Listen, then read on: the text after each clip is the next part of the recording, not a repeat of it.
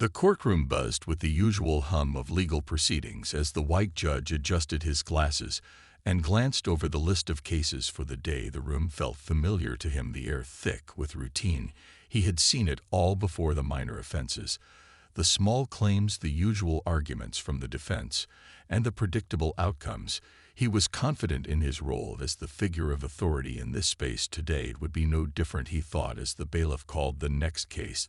The judge looked up and saw a black woman walking to the stand, her expression calm and composed, her movements deliberate and measured. She was not someone who seemed to fit the typical image of those who stood before him.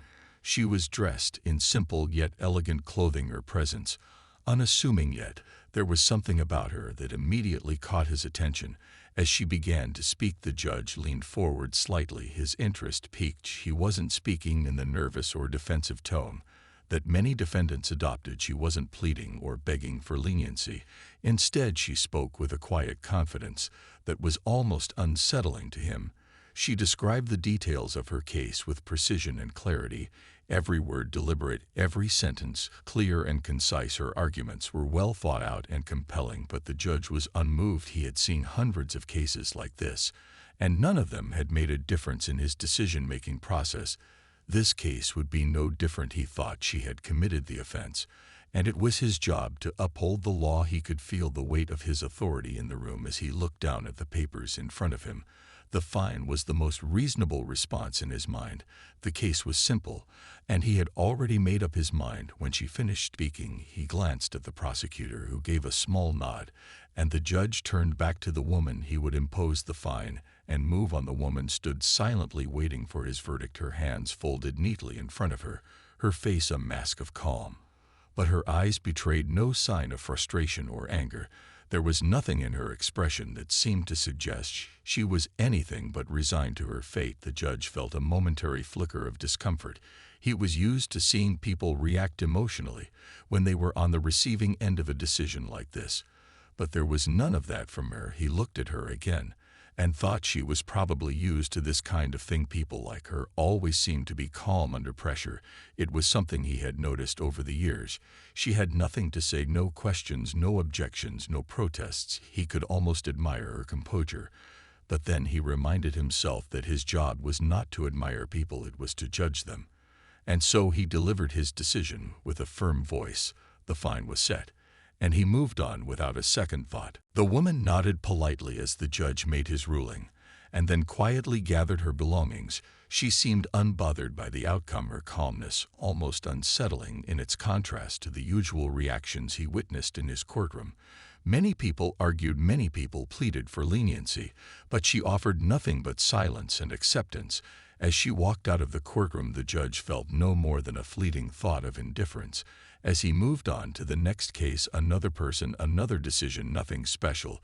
He thought, his mind already shifting to the next case in line. But there was something in the back of his mind that nagged at him, something about the woman that didn't sit right. He had seen people like her before, composed and dignified, but her presence lingered with him longer than it should have. After a few hours, the judge stood up to stretch his legs, taking a brief break from the demands of his busy schedule. As he wandered through the courthouse hallways, his mind still caught on the woman from earlier. He couldn't shake the feeling that there was something more to her than he had originally thought. But then he dismissed the thought, telling himself he was overthinking it. He had made his decision, and it was final, no need to dwell on it. He thought he had plenty of cases to focus on, and plenty of decisions to make. After all, he wasn't in the business of second-guessing himself. The following day, he was back in court, presiding over more cases. His routine once again settled into the predictable rhythm. But even in the midst of all the chaos and noise of the courthouse, his thoughts occasionally drifted back to the woman from the day before. Who was she? What was her story? Why had she stayed so calm while facing a fine that seemed to carry little weight for someone like him? But perhaps everything was as it appeared. She was just another defendant after all, and this was just another day in the courtroom. Or so he convinced himself. As the week went on, the judge continued his work, unaffected by the previous encounter. He was back in the familiar comfort of his judgments, making quick decisions and following the law without hesitation. But something unexpected began to happen. A series of small incidents started to draw his attention, strange connections that felt too coincidental to ignore. One afternoon, while preparing for an upcoming seminar on legal ethics, the judge was handed a program listing the speakers scheduled to attend. His eyes scanned the list as he mentally made a note of the topics they would be covering. And then he froze, his gaze caught on one name, the name of a woman scheduled to speak that afternoon. Her title read Professor of Law, and immediately the judge's mind began to race. The name was so familiar he couldn't place it at first, but something deep within him told him he had seen it before. With a rush of realization, the memory came flooding back. The woman he had found just days earlier had the same name. The judge felt a wave of disbelief wash over him as he stared at the program in his hands. The name on the page was unmistakable. The black woman he had found just days before was now listed as a law professor. In front of him was the very same name he had seen in the courtroom, and now it was printed in bold letters beneath the title of Professor of Law. He blinked several times, as if trying to shake off the absurdity of the connection. His mind raced, trying to process what this meant. How could the woman he had dismissed so casually just days ago now be an academic figure of such stature? The revelation sent a ripple through his thoughts. He suddenly couldn't help but replay the events of the previous days in his mind. The calmness, the dignity, the poise with which she had handled herself, it all made sense now. The judge had been so focused on his role as an authority figure that he had failed to recognize the woman standing before him as someone who belonged in a different world, entirely a world of academia and legal mastery, not a world of fines and minor offenses. The realization stung with a harsh sense of embarrassment as he found himself questioning his own judgment. Had he been so blinded by his position that he failed to see the true worth of the woman in his courtroom? Had he dismissed her not just as a defendant, but as a person? The more he thought about it, the more his discomfort grew. He had spent years in his career assuming the roles of those who were before him were defined solely by their actions in his courtroom. But here was proof that his assumptions were wrong. Here was a person whose true identity had never even been considered by him. The judge felt his pride begin to crumble. He was not used to feeling this way, not used to being shaken in his own space. The world of the courtroom had always been his domain, and now here was a woman who had revealed his ignorance without saying a word. But the embarrassment didn't stop there. As the time drew nearer for the seminar to begin, the judge found himself struggling with an overwhelming sense of anticipation. He knew he would have to face the professor now in person. He had seen her from afar in the courtroom, but this was different. He would be in a room with her, surrounded by other legal professionals who would undoubtedly know who she was and what she represented. He knew he would have to confront the reality of his actions and the realization of just how small he had made her feel in that courtroom. The seminar room was large, filled with rows of seats and eager attendees, but all the judge could focus on was the woman standing at the front preparing to speak. He watched as she stepped up to the podium, her presence commanding the attention of everyone in the room. There was a quiet confidence in the way she carried herself, a stark contrast to the uncertainty he had felt just moments before, his mind now swirling with thoughts of regret and wonder. As the professor began to speak, the judge couldn't help but be drawn in by her words. Her voice, steady and clear, filled the room with a sense of authority and wisdom that he hadn't expected to find in someone he had so quickly dismissed in his courtroom. She spoke of legal ethics with such passion and depth that it left him in awe. She wasn't just a law professor. She was an expert. Her knowledge and experience were evident in every sentence she delivered. She explained complex legal concepts with ease and clarity, engaging the audience in a way that left everyone hanging on her every word. The judge felt a knot tighten in his stomach as he sat in the back of the room, suddenly feeling out of place, as if he didn't belong in this world of legal scholars and intellectuals he had spent his career thinking he knew everything there was to know about the law. But here was someone whose understanding of it went beyond the surface level. It was deeper, more nuanced, more impactful than he had ever considered. He watched as the professor interacted with the audience, answering questions with precision and insight. It was clear that she wasn't just teaching the law, she was shaping the future of it. The judge began to feel a sense of humility that he hadn't felt in years. He realized how much he had taken for granted in his position, how often he had assumed that the role of the judge was the pinnacle of legal knowledge. But here before him was someone who had dedicated her life to studying and teaching the law in ways he had never thought about. She spoke about the importance of empathy in a legal system, about the need for fairness and understanding that went beyond the strict letter of the law. And the judge began to understand how much of his own perspective had been limited by his position. He had always prided himself on being impartial, but he realized that true impartiality wasn't about just following the law. It was about understanding the people who came before him and the complexities of their lives and experiences. He glanced around the room and noticed the faces of the other attendees. They were all hanging on the professor's every word, nodding in agreement and occasionally scribbling notes, but the judge felt strangely out of place among them. He wasn't a student, he wasn't there to learn, he was supposed to be an expert, a figure of authority, but now he felt like someone who had been exposed for their ignorance. The professor continued her lecture, and the judge couldn't take his eyes off her. He noticed how her confidence never wavered, how she commanded respect, not just through her words, but through her presence. She was a force to be reckoned with, and he couldn't shake the feeling that he had misjudged her in the worst possible way. He had seen her as just another defendant, just another person in his courtroom, but now he saw her for what she truly was, a respected professional with a wealth of knowledge and experience that far exceeded his own. As the professor continued to speak, the judge felt a growing sense of discomfort mixed with admiration.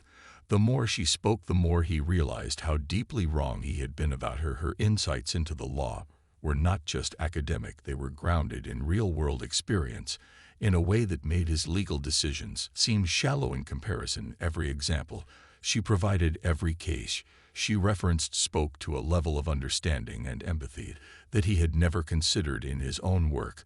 The room was captivated by her words, and the judge could not help but feel humbled. He had assumed that his authority in the courtroom made him the final word on legal matters, but now he felt like a mere spectator to the true depth of legal thought. The professor's lecture was not just about the law, it was about its impact on people, its ability to shape lives, and the importance of compassion within the legal system. The judge had always believed that the law was black and white, that the rules were simple and clear-cut, but the professor painted a picture of the law that was far more complicated than he had ever imagined.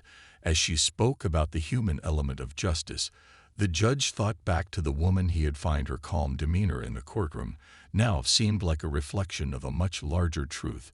She had not been just a defendant, she had been a person with a story, a person who understood the complexities of the legal world in a way that he could never truly grasp. In that moment, he realized how often he had dismissed the stories of people who came before him in favor of quick judgments based solely on facts and procedures. He had never considered how those facts were shaped by the lives of the people behind them, how much their histories and circumstances influenced their actions. He felt a rush of guilt for his behavior toward the woman who had stood before him in court. She had not deserved the cold and impersonal treatment he had given her. She had deserved more than just a fine. She had deserved recognition for the wisdom she held, for the depth of her understanding of the law, something that had been completely invisible to him in his rush to make a decision. After the seminar ended, the judge remained seated long after most of the other attendees had left. He couldn't bring himself to stand and leave the room just yet. He needed time to process what had happened. He was overwhelmed by a sense of realization that was both humbling and unsettling. He had spent so many years in the courtroom with the belief that he knew everything there was to know about justice and the law, but this professor had shown him just how limited his perspective truly was. For the first time in years, he felt the need to learn, he felt the need to be better. He knew that he had to change the way he approached his role as a judge. He could no longer afford to see the law as something detached from the human experience. He could no longer afford to ignore the lives of those who came before him.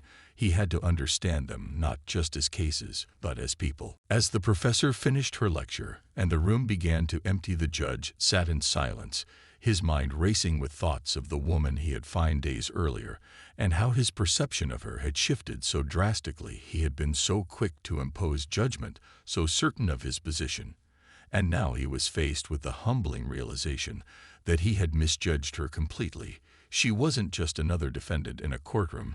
She was a legal scholar with years of experience and knowledge far beyond his own. The judge slowly stood up from his seat, still processing everything he had learned during the seminar, and the stark contrast between what he thought he knew and what he had just been exposed to. He had assumed that his role in the courtroom made him an authority on the law, but in reality he now saw that his knowledge was limited by his narrow view of justice. He had relied on his position to make decisions without truly understanding the broader implications of those decisions. He walked slowly toward the exit, feeling that deep sense of unease. He had always taken pride in his ability to maintain control in the courtroom, to deliver swift and decisive rulings. But now that sense of power felt hollow and empty. He couldn't stop thinking about the woman he had found and the impact his actions had on her. He hadn't just found her, he had failed to recognize her worth, her expertise, and her humanity. He had reduced her to a defendant, a case number, a name on a docket. But she was so much more than that. He couldn't escape the thought that he had acted arrogantly in the courtroom, treating her as if her life and her knowledge meant nothing simply because she wasn't in the position of power in that moment. He remembered the way she had stood before him, her face calm and composed, her eyes unwavering, as she accepted his judgment with grace. He had dismissed her without a second thought, but she had known something that he didn't. She had known that the true measure of a person was not in the power they held, but in the wisdom they carried. The judge felt his stomach churn with regret as he walked out of the seminar room and into the hallway. He had never been one to show vulnerability. He had always prided himself on his ability to remain composed, but now he couldn't shake the feeling that he had failed not just the woman in his courtroom, but the very ideals of justice he had sworn to uphold. He had allowed his own assumptions and biases to cloud his judgment, and in doing so he had dishonored the very principles of fairness and equality that he was meant to defend. He took a deep breath, and as he looked around the empty hallway, he realized that he had a choice to make. He could continue to live in the comfort of his position and continue to make judgments based on his limited perspective, or he could learn from his mistake and strive to be better. He knew the answer now. He couldn't undo the past, but he could change how he approached the future. He could take the lessons he had learned from the professor and apply them to his work in the courtroom, and he would start by facing the woman he had wronged, by offering her the apology she deserved. The judge walked down the courthouse hallway, his mind still reeling from the events of the seminar. He had never felt so out of place before, never so shaken by the realization of his own shortcomings. He had always prided himself on his ability to make quick and decisive decisions in the courtroom, but now he understood how those decisions had often been made without truly considering the people behind the cases in front of him. He thought about the woman he had found, the calmness he had shown, the grace with which she accepted her fate, and how he had failed to see her for who she truly was. She was not just a defendant, she was a person with a story he had never bothered to hear. In his rush to make his ruling, he had been so focused on the legalities, so intent on following procedure, that he had forgotten the most important part of his job, the human element of justice. He had never stopped to consider the experiences of those who came before him, the struggles, the challenges, the circumstances that shaped their actions. But now he realized he could no longer afford to ignore those things. The judge made his way to his office, his steps heavy with the weight of the realization he had made a mistake that could not be undone, but one he could learn from. He sat down at his desk and stared at the pile of cases in front of him, each one representing a person, a life, a moment of judgment. He thought about the woman he had found, and how he could not simply forget about her. He could not just continue with his work as if nothing had happened. He had to make things right. He had to confront the situation he had created. He knew he couldn't change the past, but he could try to make amends in some way. He could start by apologizing to her. He had to find a way to reach out to her, to acknowledge the way he had wronged her, and to show her that he understood the full extent of his mistake. He knew it would not be easy. He knew that his apology could not erase the harm he had caused, but it was the first step toward redemption. He couldn't let his pride or his position prevent him from doing the right thing. He picked up the phone and dialed the number of the university where she taught. His hand shook slightly as he waited for the call to connect. He had no idea how she would react, or whether she would even want to hear from him, but he knew he had to try. He couldn't live with the knowledge that he had dismissed her so completely and failed to see her As the accomplished individual she truly was, the phone rang once, and then twice. Before it was answered, he hesitated for a moment, but then cleared his throat and spoke. "Hello, is this Professor Name?" His voice was steady, but his heart pounded in his chest. He could feel the weight of the moment and the significance of what he was about to say. It was not just an apology, it was a recognition of his own flaws and an attempt to make things right. The professor's voice came through the phone clear and measured as she greeted him with a polite tone. She didn't recognize the number, but there was no hesitation in her response. The judge felt his pulse quicken as he prepared to speak. He had rehearsed his words 100 times in his mind, but now they felt inadequate. His mind raced, and his throat tightened as he tried to find the right way to start. He had never been one to show vulnerability, but now it felt like the only option. "Professor Name," he began, his voice more hesitant than he wanted it to be. "This is Judge Name. I'm sure you don't remember me, but I wanted to speak with you about something that has been weighing heavily on my mind." There was a brief pause before she responded, her tone polite but curious. "Of course, Judge Name. I'm listening." The judge took a deep breath. He could feel the discomfort in his chest, but he knew he had to continue. "A few days ago, I presided over a case where you were the defendant, and I imposed a fine on you. I want to be clear that I made a decision I now deeply regret. I failed to see who you really were in that moment, and I'm ashamed of how I treated you." The words tumbled out faster than he expected, but they felt right. They felt necessary. For the first time in a long time, he wasn't speaking from a place of authority, but from a place of honesty. He could feel the weight of his past actions and the need to make them right. "I don't expect you to forgive me," he continued, "but I wanted to apologize for my actions. I realize now that I failed to recognize your expertise, your knowledge, and the person you are." There was another pause, this one longer, and the judge felt a flicker of fear that perhaps she wouldn't understand, or worse, that she wouldn't care. But then she spoke, her voice calm and measured. "Judge Name, I appreciate your honesty, and I understand that we all make mistakes. I'm not angry with you, but I do hope you'll take this experience with you and use it to reflect on how we treat people in the courtroom. We all have biases, even those of us who believe we're impartial." Her words were not filled with bitterness, but with an understanding that left the judge speechless. For a moment he had expected anger or frustration, but instead she spoke with the same calm confidence she had shown in court.